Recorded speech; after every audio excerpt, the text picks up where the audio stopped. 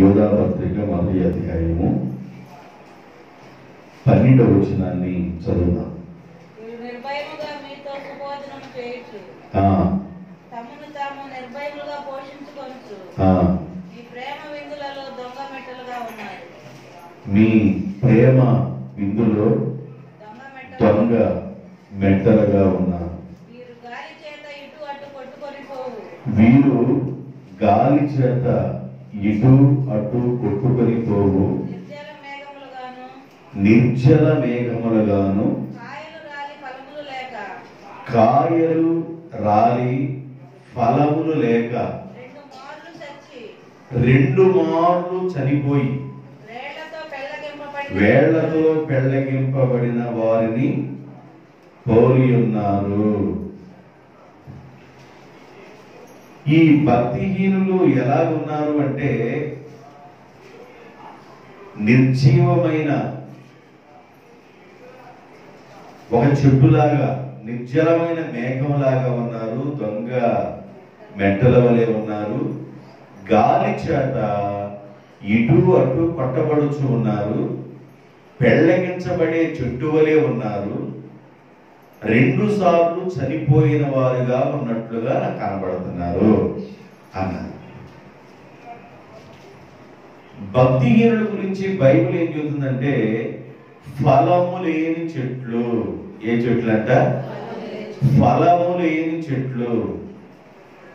రాత్రి వేళ మీకు ఏం చెప్పానంటే ఒకవైపు భక్తి చేసే ఆసాపు ఉన్నాడు, ఒకవైపు భక్తి చేయని వారు ఉన్నారు. భక్తి చేసే వ్యక్తి భక్తుల వైపు దేవుని వైపు చూడాలి. భక్తి చేసే వ్యక్తి భక్తి చేయని వ్యక్తికి వెళ్ళి చూడంలే ఆ వ్యక్తికి ఏమొచ్చిందంటే ఆయాసం వచ్చింది, అసూయ వచ్చింది. భక్తి చేసే నీకు ఆసాపు ఎందుకు వచ్చింది? నీకు అసూయ. భక్తి పరుడుగా ఉన్న నీకు ఆయాసం ఎందుకు వచ్చింది అని అడిగితే వాళ్ళు క్షేమంగా ఉన్నారు. ఎవరు? భక్తిహీనులు క్షేమంగా ఉన్నారు. నేనేమన్నా క్షేమంగా లేను. నిద్ర లెగవంగలే సూర్యుడు ఉదయించిన వెంటనే ప్రతి ఉదయాన్నే నాకేమన్నా బాధలు, శిక్షలు, ఈ వార్తలే వినబడతాయి గాని వీళ్ళు మాత్రం క్షేమంగా ఉన్నారు. నాకు చాలా బాధగా ఉంది ఈ విషయం. భక్తి చేసే నాకెందుకు బాధలు కలుగుతున్నాయి? భక్తి చేయని వారు క్షేమంగా ఎందుకున్నారు? వారి గర్వాన్ని కంఠహారములాగా ధరించుకున్నారు, బలత్కారాన్ని వస్త్రములాగా ధరించుకున్నారు. వీళ్ళ టైపు ఎలాగున్నా కూడా వీళ్ళెందుకు క్షేమంగా ఉన్నారు, నాకెందుకు బాధ కలుగుతుందని ఆ భక్తి చేసే ఆయనకి చాలా బాధ కలిగింది. బాధ కలిగి ఒక సొంత నిర్ణయాన్ని తీసుకున్నాడు. ఏమి తీసుకున్నాడంటే నా హృదయాన్ని పరిశుద్ధపరుచుకొని ఉండటం వ్యర్థమే. అంటే నేను పరిశుద్ధుడిగా ఉండటం వ్యర్థం, ఇక లోకంలో కలిసిపోతే బాగుంటది అనుకున్నాడు. నా చేతులు కడుక్కొని నిర్మలుడిగా ఉండటం కూడా వ్యర్థమే.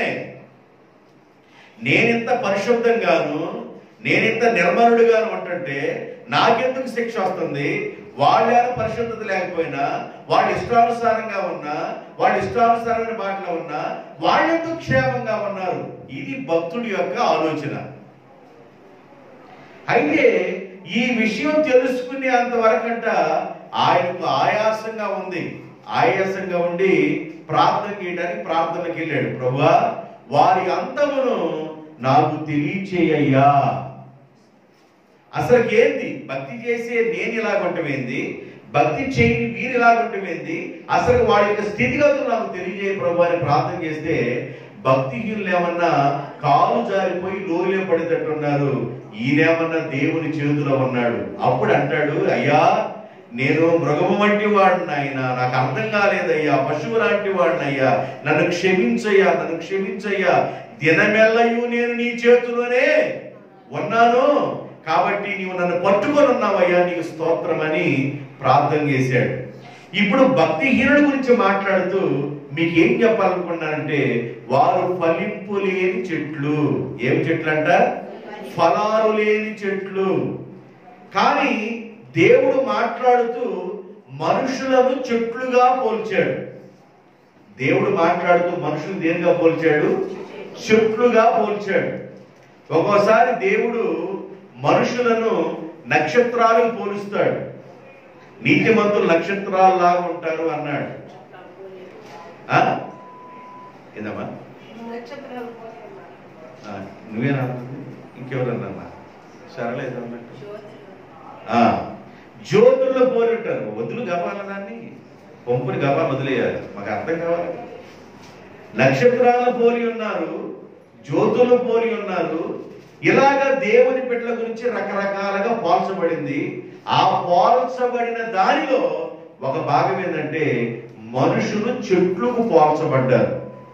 భక్తిహీనులు అనే చెట్లు ఏమన్నా ఫలాలు లేని చెట్లు.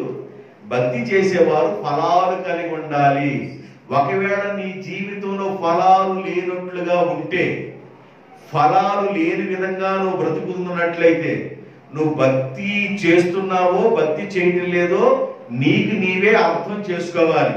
నువ్వు భక్తిహీనురాలు అని ఎవరు అనరు, నువ్వు భక్తిహీనుడు అని ఎవరు అనరు, నువ్వు భక్తి కలిగినావని ఎవరు అనరు. భక్తిలో నువ్వు ఫలాలు కలిగిన వ్యక్తివో కాదో నీకు అర్థమైపోద్ది. దేవుడు మనుషులను దేనితో పోల్చాడంటే చెట్లతో పోల్చాడు. దేంతో పోల్చాడు? చెట్లు. పరిశుద్ధులని దేవుడు దేంతో పోల్చాడంటే ఒలీవా చెట్టుతో పోల్చాడు. దేవునికి స్తోత్రం. పరిశుద్ధుల దేవుడు దేంతో పోల్చాడు? ఒలీవా చెట్టు. కీర్తన గ్రంథం 52వ కీర్తన 8వ వచనం. 52వ కీర్తన 8వ వచనం. నేనైతే నా దేవుని మందిరములో పచ్చని ఒలీవా చెట్టు వలె ఉంటాను. భక్తుడు అంటాడు, చెట్టు ఫలాలు లేని చెట్టు ఉంది, ఫలించే చెట్టు ఉంది. మనుషుల్ని చెట్లుగా పోల్చబడ్డాయి. పరిశుద్ధుల్ని ఒలీవా చెట్టుతో పోల్చాడు దేవుడు. భక్తుడైన దావీదు అంటాడు, నేనైతే నా దేవుని మందిరములో ఒలీవా చెట్టు వలె ఉంటాను. ఒలీవా చెట్టుకు చావు లేదు. జలప్రలయంలో అన్ని చనిపోయినాయి, కానీ ఒలీవా మొక్క, ఒలీవా ఆ కాడ చనిపోవాలా. పావురం ఒలీవా మొక్క తీసుకొని ఆ కాడ తీసుకొని వచ్చింది వాడ దగ్గరికి. వాడలో నుండి కాకి వదిలేరు, కాకి రాలేదు. పావురం వదిలేరు, పావురం ఒలీవా ఆ కాడ తీసుకొని మళ్ళా వాడ మీదకి వచ్చేసింది. పరిశుద్ధులు ఏ చెట్టుకు పోల్చబడ్డారంటే ఒలీవా చెట్టుకు పోల్చబడ్డారు. నేనైతే నా దేవుని మందిరములో పచ్చని ఒలీవా చెట్టు వలె నేను ఉంటాను. 128వ కీర్తనలో 3వ వచనంలో ఏం రాయబడిందంటే, యెహోవా యందు భయభక్తులు కలిగిన వారు ఇలాగ ఆశీర్వదించబడుదురు, నీ పిల్లలు నీ లోగిట ఫలించు ద్రాక్షావళి వలె ఉండును, నీ భోజనపు బల చుట్టూ నీ పిల్లలు ఒలీవా మొక్కల్లాగా ఉంటారు. మనుషులు ఏ చెట్లుకి పోల్చబడ్డారంటే కాయలు లేని చెట్లుగా పోల్చబడ్డారు. ఒక మనిషి ఏమన్నా ఆశీర్వాదకరమైన చెట్టుగా పోల్చబడ్డాడు ఒక మనిషి. పరిశుద్ధులు ఏమన్నా ఒలీవా చెట్టుకు పోల్చబడ్డారు. అర్థమవుతుందండి? ప్రార్థన చేసేవాళ్ళు ఏ చెట్టుకు పోల్చబడ్డారు? ఒలీవా చెట్టు. అంటే ఒలీవా చెట్టు అంటే చావు లేనిది అని అర్థం. భక్తిహీనుల గురించి యోధాపత్రిలో మాట్లాడుతూ, భక్తిహీనులు 2 సార్లు చచ్చెదరు. 2 సార్లు సావేదో యువత జాగ్రత్త వినాలి. భక్తిహీనులు 2 సార్లు చచ్చెదరు, వాళ్ళు వేళ్లతో పెళ్లగించబడుదురు అన్నాడు. మరి భక్తి చేసే వాళ్ళ దేవుడు దేంతో పోల్చాడంటే, పరిశుద్ధులను దేవుడు దేంతో పోల్చాడంటే ఒలీవా మొక్కతో పోల్చాడు, ఒలీవా చెట్టుతో. ఈ ఒలీవా చెట్టుకి చావు లేదు. ఇలా మీకు చెప్పుకుంటే వెళ్తే చాలా టైం అయింది, కానీ కట్ చేసి మాట్లాడతాను. ఇజ్రాయేల్ ప్రజలు దేవుడు దేంతో పోల్చాడంటే ద్రాక్ష చెట్లతో పోల్చాడు. ఇజ్రాయేల్ ప్రజలు దేవుడు దేంతో పోల్చాడు?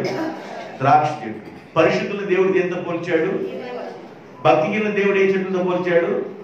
ఫలాలు లేని. Very good. యోధా ప్రజలు దేవుడు దేంతో పోల్చాడంటే అంజూరపు చెట్లతో పోల్చాడు. యోధా ప్రజలు దేవుడు దేంతో పోల్చాడు? అంజూరపు చెట్లు.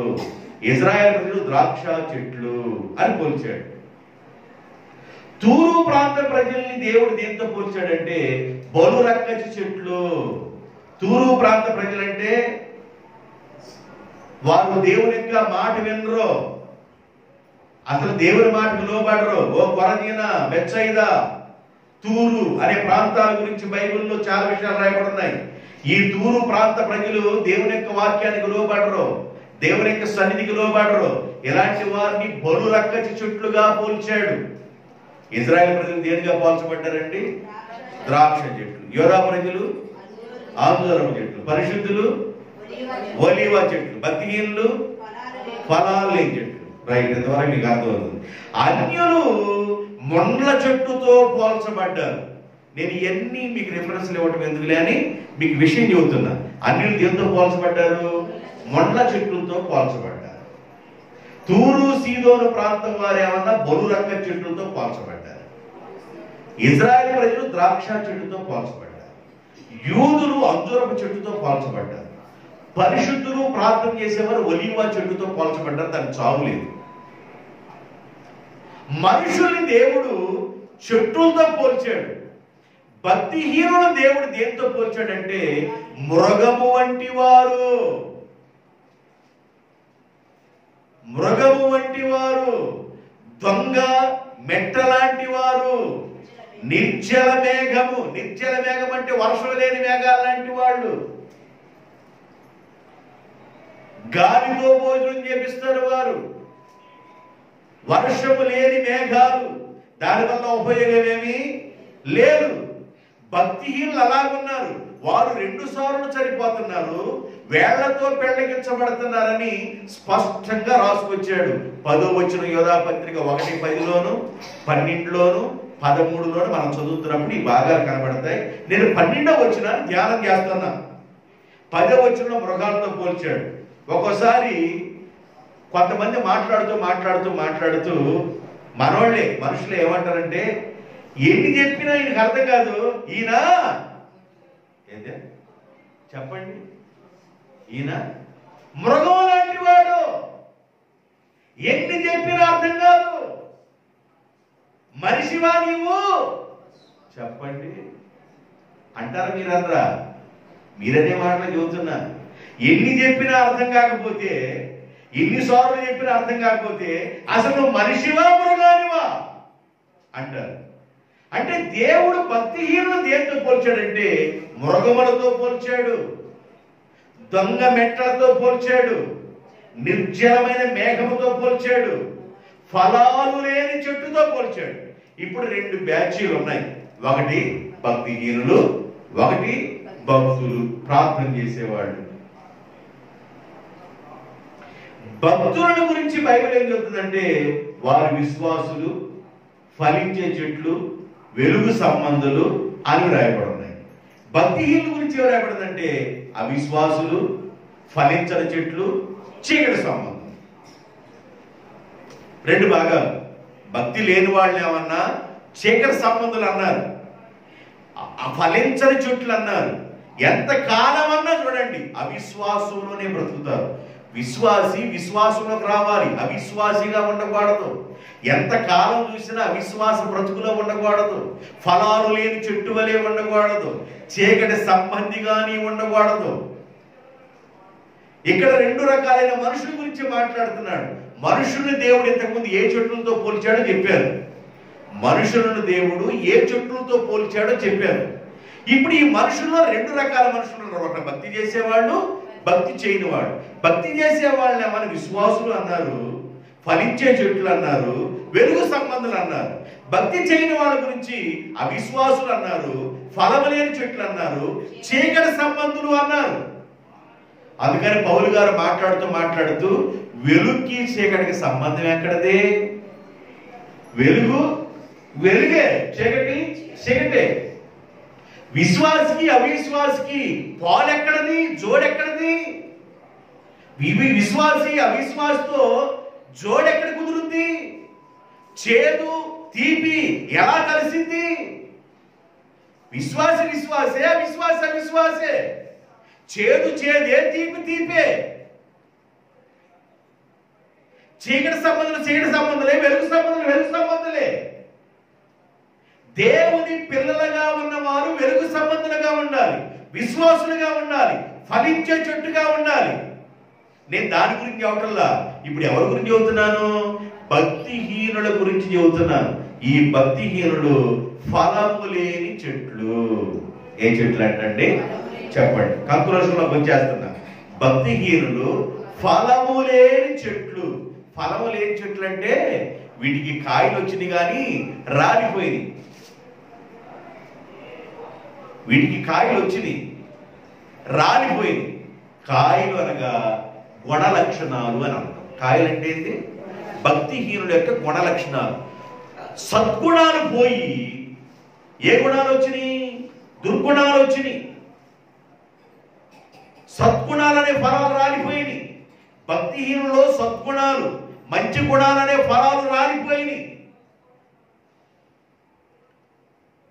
భక్తిహీనుల్లో మంచి గుణాలు కనబడవు, మంచి లక్షణాలు కనబడవు, అవి రాలిపోయినాయి. ఫలము లేని చెట్లు, సద్గుణాలు రాలిపోయినాయి.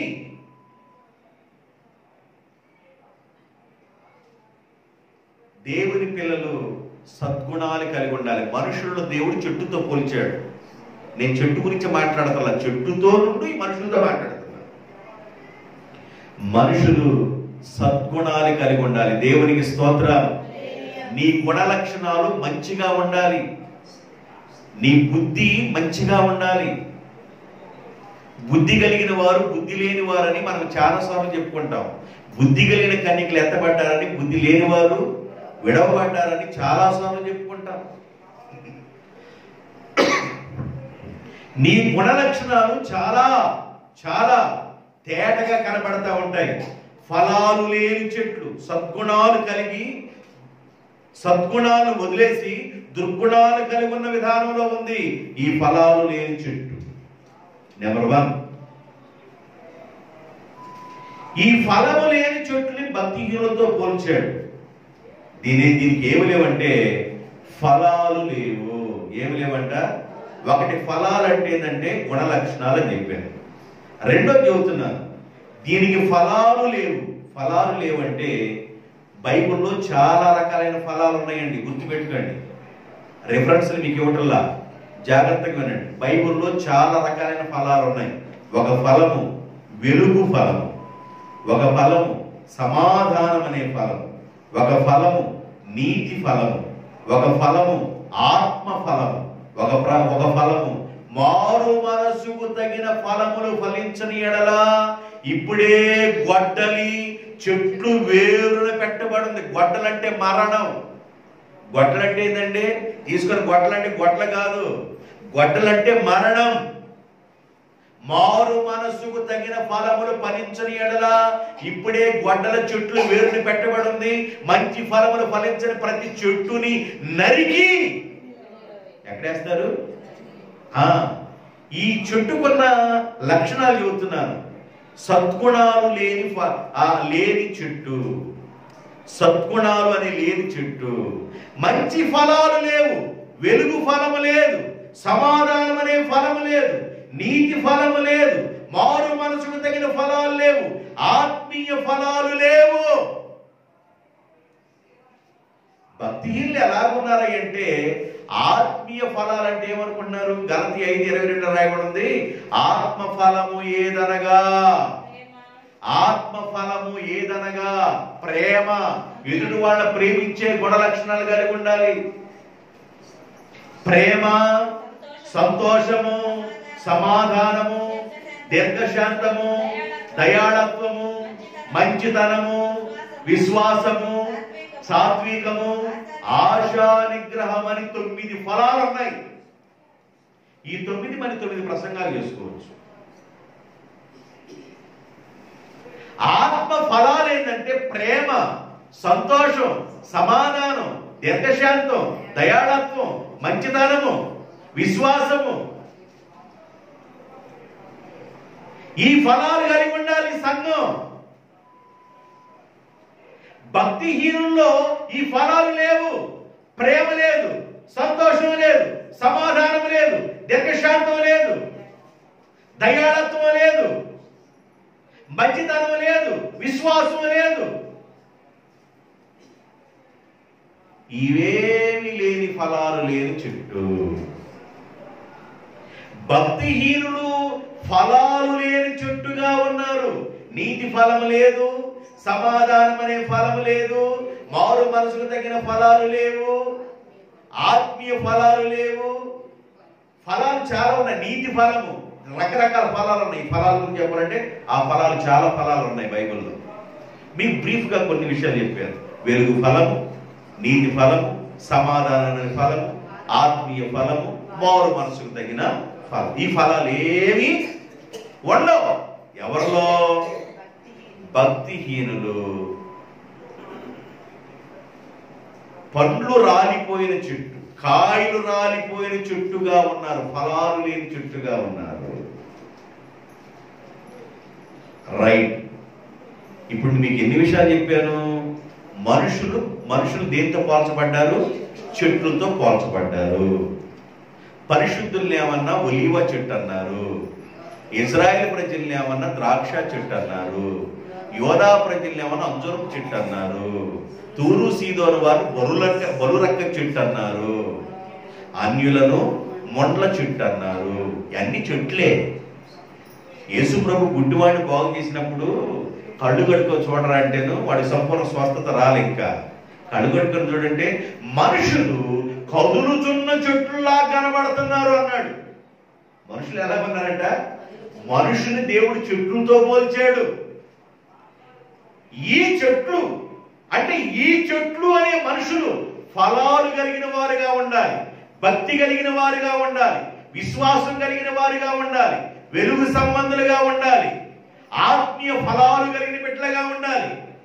కానీ ఇవేమి లేవు అంటే వాళ్ళ గురించి బైబిల్ చెబుతుంది, వాళ్ళు భక్తిహీనులు. ఏంటంట? ఎన్ని సంవత్సరాలు అవుతుంది ప్రార్థన చేస్తూ? ఎన్ని సంవత్సరాల క్రితం ప్రభువుని నమ్ముకున్నావు? ఎన్ని సంవత్సరాలు అయింది మారు మనసు పొంది, రక్షణ పొంది, దేవుడు తెలుసుకున్న నీ ద్వారా ఒక ఆత్మ, ఒక్క వ్యక్తి అన్నా రక్షించబడ్డారా? నా అంతకు నేనే ప్రార్థన చేసుకుంటున్నాను, గంటల గంటలు ఉంటున్నాను, తరబడ్డాను, నేను భోజనం మానేసాను, టిఫిన్ మానేసాను, టీ మానేసాను, ఉప్మా మానేసాను, ఇడ్లీ మానేసి, చపాతీ మానేసి, అట్టు మానేసాను. ఈ తీసి పక్కన పెట్టు, ఈ తీసి దెబ్బలో కొట్టు. నువ్వు ఎన్ని మానేవు కాదు. ఇక్కడ నీ ప్రార్థన ద్వారా ఒక్క ఆత్మ రక్షింపబడిందా? నేను అది మానేసి, ఇది మానేసి, ఇది మానేసి, అవన్నీ వేస్ట్ మాటలన్నమాట. ఎస్తే 3 రోజులే మానేసింది పాపం. యూదులు అందరూ రక్షించుకోవాలి. నేను చాలా మంది జీవితాలను చూస్తున్నాను, కానీ ప్రార్థన ద్వారా ఆత్మలు రక్షణలోకి రావాలి. దేవునికి స్తోత్రం. సాతాను కట్టిన కట్లు తెగిపోయి సాతాను కబంధ హస్తాల్లో ఉన్న ఆత్మలు పెళ్లగించుకొని దేవుని సన్నిధికి రావాలి. అది ప్రార్థన. చేస్తున్నారండి, సీనియారిటీ ఉంది, ఇది వద్దు. నీ ప్రార్థన ద్వారా ఆత్మలు రక్షింపబడాలి, ఫలాలు కలిగిన చెట్టుగా ఉండాలి, విశ్వాసిగా ఉండాలి, వెలుగు సంబంధిగా ఉండాలి, మంచి ఆత్మీయ ఫలాలు నీలో నుంచి రావాలి. ఇవి రాకపోతే బైబిల్ చెబుతుంది 2వ కేటగిరీలో నువ్వు ఉన్నావని చెబుతుంది. ఆ 2వ కేటగిరీలో వాళ్ళని దేవుడు దేనితో పోల్చాడంటే మృగముతోను, దొంగ మెట్టలతోను, నిర్జలమైన మేఘముతో దేవుడు పోల్చాడు. వీళ్ళకి 2 మరణాలు వస్తాయంట. ఎన్ని మరణాలు? 2 మరణాలు. జాగ్రత్త వినాలి, మీరు జాగ్రత్తగా వినాలి, నేను ముగించబోతున్నా. వీళ్ళకి 2 మరణాలు వస్తాయి. చదువుతారా? యోధా పత్రిక 1:12 ఆఖరి భాగం. 2 మార్లు చచ్చి వేళ్లతో పెళ్లగించబడిన చెట్టులాగుంటారు భక్తులు. జాగ్రత్త నా వైపు చూడండి. 2 మార్లు సావటం ఏంది? 2 మార్లు చావటం ఏంది మనిషి? ఎబిసి పత్రిక 2:1 చెప్పాడు, మీ అపరాధముల చేతను పాపముల చేతను మీరు చచ్చిపోయిన వారై ఉన్నారు. ఈ అపరాధాలు, పాపాలు మనిషిని చంపేస్తాయి. రెండు మార్లు చావడం అంటే ఒకటి శరీరంలో నుండి ఆత్మ బయటికి రావటం, శరీరం చనిపోయింది, మొన్నైనది వెనకడం వల్లే మొన్నైపోయింది, అది ఒక మరణం. రెండోది ఉందండోయ్, రెండోది ఉంది. రెండో దానికి రెండు స్థలాలు ఉన్నాయి. రెండో దానికంటే ఆత్మకు రెండు స్థలాలు ఉన్నాయి. ఒకటి ఈ రెండు శాశ్వతమైనవి, ఈ రెండు స్థలాలు శాశ్వతమైంది. ఒకటి నిత్య రాజ్యము శాశ్వతమైంది, నిత్య నరకము శాశ్వతమైంది. ఈ శరీరం అనే ఆత్మలో నుండి, ఈ శరీరం అనే గుడారములో నుండి ఆత్మ బయటకు వచ్చిన తర్వాత శాశ్వత లోకాలు రెండు ఉన్నాయి. ఒకటి నిత్య జీవము అనే శాశ్వత లోకం, నిత్య నరకం అనే శాశ్వత లోకం. దేనిలో ఒక దానిలోకి ఈ ఆత్మ వెళ్ళిపోవాలి. అర్థమవుతుందా?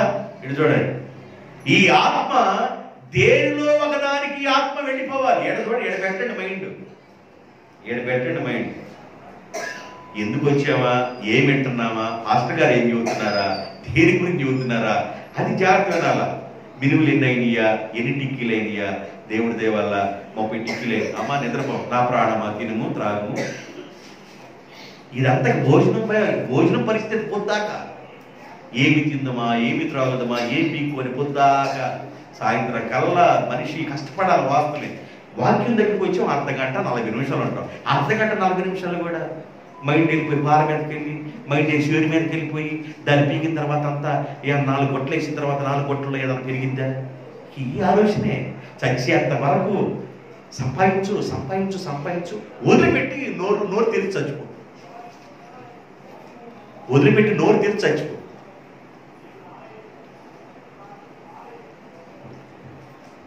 వాక్యం వినటానికి వచ్చాం, వాక్యం మీద రండి, మనసు రానియండి. మీకు ఈ వాక్యం ఇవ్వడానికి ఎన్ని గంటలు కూర్చుంటేనో మీకు ఈ వాక్యం ఇవ్వుతున్నా. వాక్యం మీద మనసు రానియండి. అటు ఇటు పాని అక్కడ తాటాకాలి. దేవునికి స్తోత్రం. గట్టి చెప్పండి హల్లెలూయా. ఈ శరీరం అనే ఇంటిని ఒక రోజు వదిలిపెడతాం. ఇది గుర్తుపెట్టుకోండి. నేను వయసులో ఉన్నాను అనుకోబాకు. నేను వయసులో ఉన్నాను, నా శరీరంలో ఇంకా బాగా శక్తి ఉంది, ఇక బలం ఉంది, ఇక కొంతకాలం అనుకుంటామేమో. నీ ఎప్పుడో మనకు తెలియదు. ఈ శరీరం అనే ఇంటిని వదిలిపెడతాం, ఒక మరణం. రెండో మరణం ఏంటంటే, ఈ శరీరం అనే ఇంటిని వదిలిపెట్టి ఆత్మ బయటకు వచ్చిన తర్వాత రెండు శాశ్వతమైన లోకాలు ఉన్నాయి. ఒకటి ఏంటంటే నిత్యత్వం అనే లోకం, రెండు నిత్య నరకం అనే లోకం. ఈ ఆత్మ ఆడకన్నా వెళ్ళాలి, లేక ఏడకన్నా వెళ్ళాలి. భక్తిహీనులు 2 మార్లు మరణించెదరు. అంటే ఒకసారి శరీరంగా అయిపోయింది, రెండోసారి భక్తిహీనంలో ఉండి చచ్చిపోయాడు కాబట్టి ఈ ఆత్మ ఆడ కూడా ఏలిపోయింది. ధర్మదుల గురించి బైబిల్ చెబుతుంది కదా, బాగా పండింది పంట, ఇంటికి వచ్చేసింది. ఆ రాత్రి అంతా బాగా పేర్చిన వాటన్నిటిని చూసి, నా ప్రాణమా తినుము త్రాగుము, నీ ఇష్టం. జీవితాలకు సరిపోయిన పంట వచ్చేసింది, నీ ఇష్టం. మనకంట దేవుడు అంటే ఎన్ని నూకలు తినాలో రాసి ఉంటాడంట. నువ్వు ముందుగానే నూకలు తినేస్తే అయిపోయింది, నువ్వు తిన్న నూకలకి రా అంటాడు. నా మాటలు అర్థం ఉంటుంది కదా, అర్థమైన స్తోత్రం చెప్పండి. నీవు బతికినంతకాలం ఎన్ని మారికలు తినాలో దేవుడు అంటే ముందే రాసి ఉంటాడు. నూకలంటే అర్థం కావట్లేదు. మారిక ఎన్ని మారికలు తిండి తినాలో ముందే రాస్తాడు. అది నూకలు అయిపోయింది అంటారు చూసారా? దాని అర్థం ఏందనుకున్నారు? దేవుడు ఎన్ని మారికలు పెట్టాడు అన్ని మారికలు తింటాడు. ఇక నూకలు అయిపోయింది అంటే అయిపోయింది నూకలు, ఇక రా అంటాడు దేవుడు. అంటే తినకుండా ఉండమని అంటే మీ ప్రసంగం అంటారు. తిను, ఎవరు తినద్దన్నారు? బలంగా ప్రార్థన. దేవునికి స్తోత్రం. తిను, బలంగా ప్రార్థన చేయి. ఒక్క ఆత్మనన్నా రక్షించు. దేవునికి స్తోత్రం. ప్రభు దగ్గర రావడం అంటే కష్టమండి. అలాంటప్పక అందరూ వచ్చాడు కూర్చోలేదు. అర్థమవుతుందా? దేవుడి దగ్గర రావడం చాలా కష్టం. తిరణాలకి ఈజీకి వెళ్ళిపోవచ్చు. తిరణాలకి ఏముంది? ఈజీకి వెళ్ళిపోవచ్చు. ఇరుకు మార్గంలో ప్రవేశించడం కష్టం. బైపాస్ రోడ్లో పరిగెత్తవచ్చు. మామూలు విషయం కాదు ఇవి. అందరూ వచ్చి కూర్చోలేరు. కానీ దేవుడి కోసం ఏదో ఒక ఆత్మ ఉంటుంది. నీ ప్రార్థన ఆత్మను కొట్టుకునింది. సైతాను కబంధ హస్తాల్లో ఉన్న ఆత్మలు నీ ప్రార్థన ద్వారా విడిపించబడి ఆ గుచ్చులు ఆ ముడులు తెగిపోయి ఆ ఆత్మలు దేవుని దగ్గరికి వస్తాయి. మనం ఆత్మ ఫలాలు కలిగిన బిడ్డగా ఉండాలి. దేవునికి స్తోత్రం. నేను వెళుతున్నాను, ఆదివారం ఆరాధన చేస్తున్నాను, పాస్టర్ గారు పెట్టినప్పుడల్లా వెళుతున్నాను, అన్ని విధాలుగా బాగున్నా, ఇవన్నీ వేస్ట్.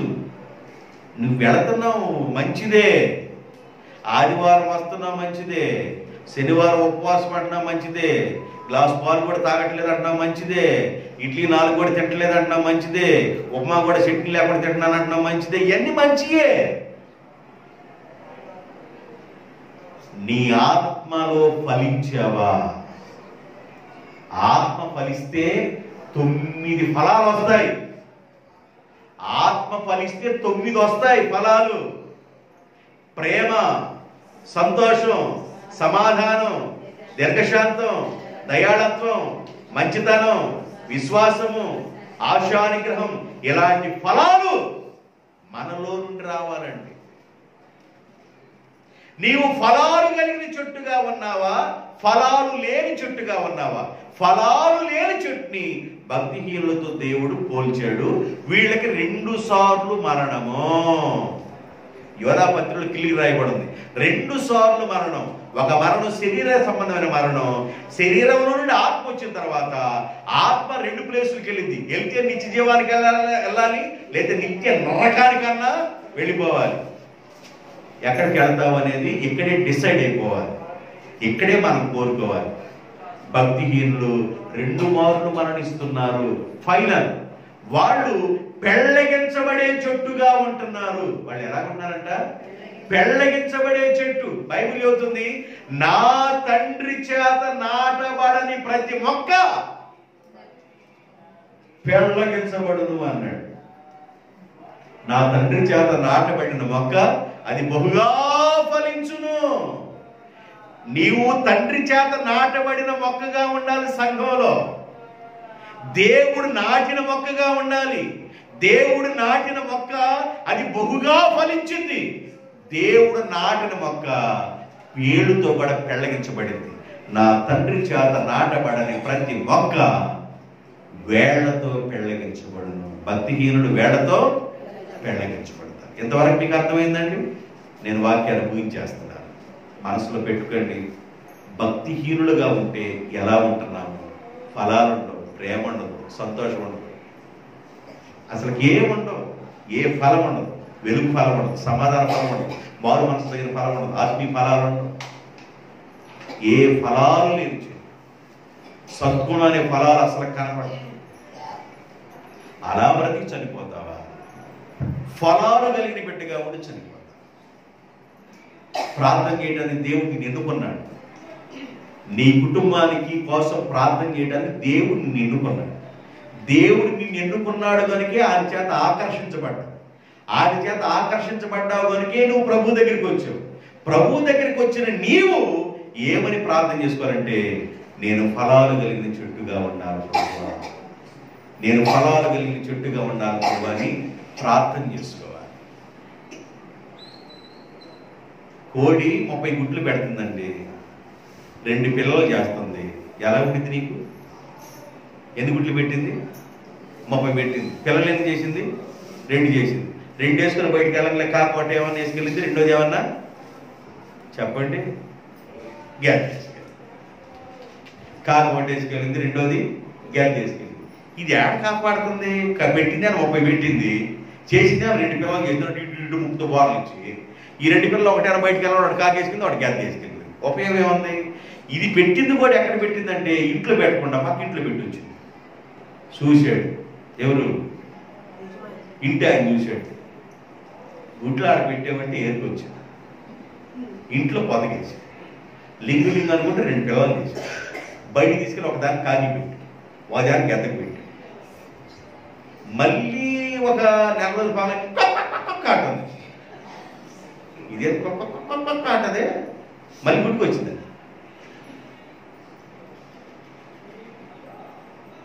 గుడికి వచ్చింది ఎక్కడ పెట్టాలా? ఇంట్లో పెట్టి మళ్ళీ ఎక్కడ పెడుతుంది? చూసి ఏం చేశాడంటే అనవసరం చుట్టాలు వచ్చారు. ఆదివారం శనివారమే కొట్టుకున్నారు దాన్ని. ఆదివారం దొరకదేమన్నా శనివారం కొట్టుకొని కొట్ట కింద వేసి ఒక్కొక్క కలవాకు తెల్లారి నీకు అంతు తేలుస్తాను. తేల్చాడు తెల్లారు అంతు. దేవుడు కూడా మన అంతు తేలవకునిపోయి ఏడుండగానే నువ్వు ఫలించే వ్యక్తిగా ఉన్నావు, ఆత్మ ఫలాలు కలిగిన వ్యక్తిగా ఉన్నావు, చీకటి సంబంధిగా ఉండబారు, అవిశ్వాసిగా ఉండబారు, ఫలాలు లేని చెట్టుగా ఉండబారు. నువ్వు ఫలించే మొక్కగా ఉందురుగాక. దేవుడి మాటలు దీవించుగా. ప్రార్థన చేసుకుందాం. మహాగరుడైన తండ్రి, మహిమ కలిగిన మా ప్రభువా యేసయ్య, మీకు వందనాలు, స్తుతులు, స్తోత్రాలు చెల్లిస్తున్నాం.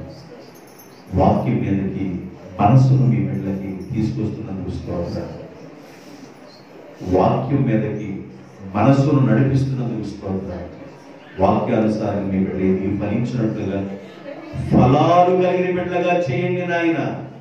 ఏదో నేను రక్షించబడ్డాను, బాప్తిజం పొందాను, ప్రభు కోసం జీవిస్తున్నాను, బాగా ప్రార్థన చేస్తున్నాను, కనిపెడుతున్నాను, ఇవన్నీ మనసులో అపోహాలే. ఆ ప్రార్థన ద్వారా ఒక ఆత్మైన రక్షించబడిన అనుభవం కలిగి ఉంటే అది ఫలాలు కలిగిన చెట్టు అని మీరు మాట్లాడుతున్న మీ వాక్కును బట్టి వందనాలు తండ్రి. నా ప్రభువా, నా దేవా, చేరొచ్చిన ప్రతి బిడ్డను దీవించిన ఆయన ఆశీర్వదించండి. మరి పనులకు వెళ్ళి వస్తున్నారు ఉదయకాలం, మీ బిడ్డలకు నూతన ఆరోగ్యాన్ని బలాన్ని దయచేయండి. మీ శిలువ చెడ్డ మరుగుపరచండి. మీ బిడ్డలను, కుటుంబాలని, కలిగిన సంపదను, పశువులను, మరి వ్యవసాయాన్ని నాయన మీ బిడ్డలకు కలిగిన ప్రతి దానిని మీరు దీవించమని ప్రార్థన చేస్తున్నాను. సంపూర్ణమైన పరిపూర్ణమైన ఆశీర్వాదాలు సంఘం మీదకి రాని మీ బిడ్డలను దీవిస్తూ కుటుంబాలను ఆశీర్వదిస్తాను. ఈ రాత్రి కాలంలో పరిపూర్ణమైన దీవెనిక పాత్రలు చేయాలి. యేసునందు ప్రార్థన చేయుచున్నాను తండ్రి. ఆమేన్.